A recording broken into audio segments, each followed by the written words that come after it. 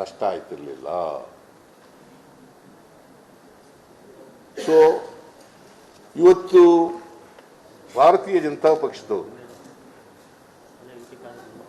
ಯಡಿಯೂರಪ್ಪನವ್ರಿಗೂ ಪಾಪ ಬಾಯಿ ಇಲ್ಲ, ಬಸವರಾಜ ಬೊಮ್ಮಾಯಿ ಅವ್ರಿಗಂತೂ ಬಾಯಿ ಇಲ್ಲವೇ ಇಲ್ಲ,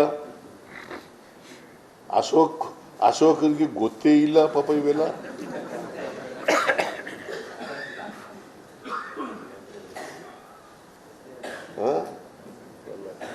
ಪ್ರಹ್ಲಾದ್ ಜೋಶಿ ಕೇಂದ್ರದಲ್ಲಿ ಮಂತ್ರಿ ಆಗಿದ್ದಾರೆ, ನಮ್ಮ ಎಂತೇಳು ಅಮ್ಮ ಶೋಭಾ ಕರಂದ್ಲಾಜೆ ಮಂತ್ರಿ ಆಗಿದ್ದಾರೆ, ಎಂತೇಳು ಕೂಬಾ ಮಂತ್ರಿ ಆಗಿದ್ದಾರೆ.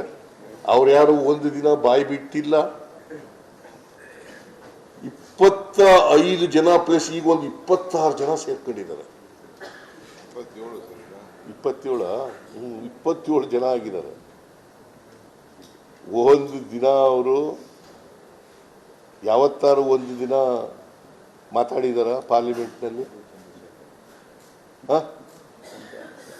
ಮತ್ತೆ ಇವೆಲ್ಲ ಅನ್ಯಾಯ ಅಲ್ವಾ ರಾಜ್ಯಕ್ಕೆ? ಜನ ಇವ್ರಿಗೆ ಆಶೀರ್ವಾದ ಮಾಡಿ ಕಳಿಸಿದ್ರೆ ಕರ್ನಾಟಕಕ್ಕೆ ಅನ್ಯಾಯ ಆಗ್ತಾ ಇದ್ರೂ ಕೂಡ ಕಣ್ಣು ಮುಚ್ಕೊಂಡು ಕೂತ್ಕೊಂಡ್ರೆ ಏನ್ ಮಾಡಬೇಕು? ಆಮೇಲೆ ಫೈನಾನ್ಸ್ ಮಿನಿಸ್ಟ್ರು ನಮ್ಮ ರಾಜ್ಯದವ್ರೆ, ನಮ್ಮ ರಾಜ್ಯದಿಂದ ರಾಜ್ಯಸಭೆಗೆ ಹೋಗಿರೋದು, ಅವರೇ ಅನ್ಯಾಯ ಮಾಡಿದ್ರೆ ಏನ್ ಮಾಡೋದು?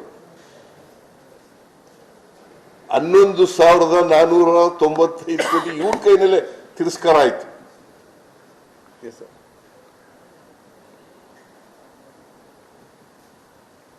ಸೊ ಇವೆಲ್ಲ ರಾಜ್ಯಕ್ಕಾಗಿರ್ತಕ್ಕಂಥ ಅನ್ಯಾಯಗಳನ್ನ ರಾಜ್ಯದ ಹಿತದೃಷ್ಟಿಯಿಂದ, ರಾಜ್ಯದ ಜನರ ಹಿತದೃಷ್ಟಿಯಿಂದ ಪ್ರತಿಭಟನೆಯನ್ನ ನಾವು ಹಮ್ಮಿಕೊಂಡಿದ್ದೇವೆ. I hope that you are all convinced.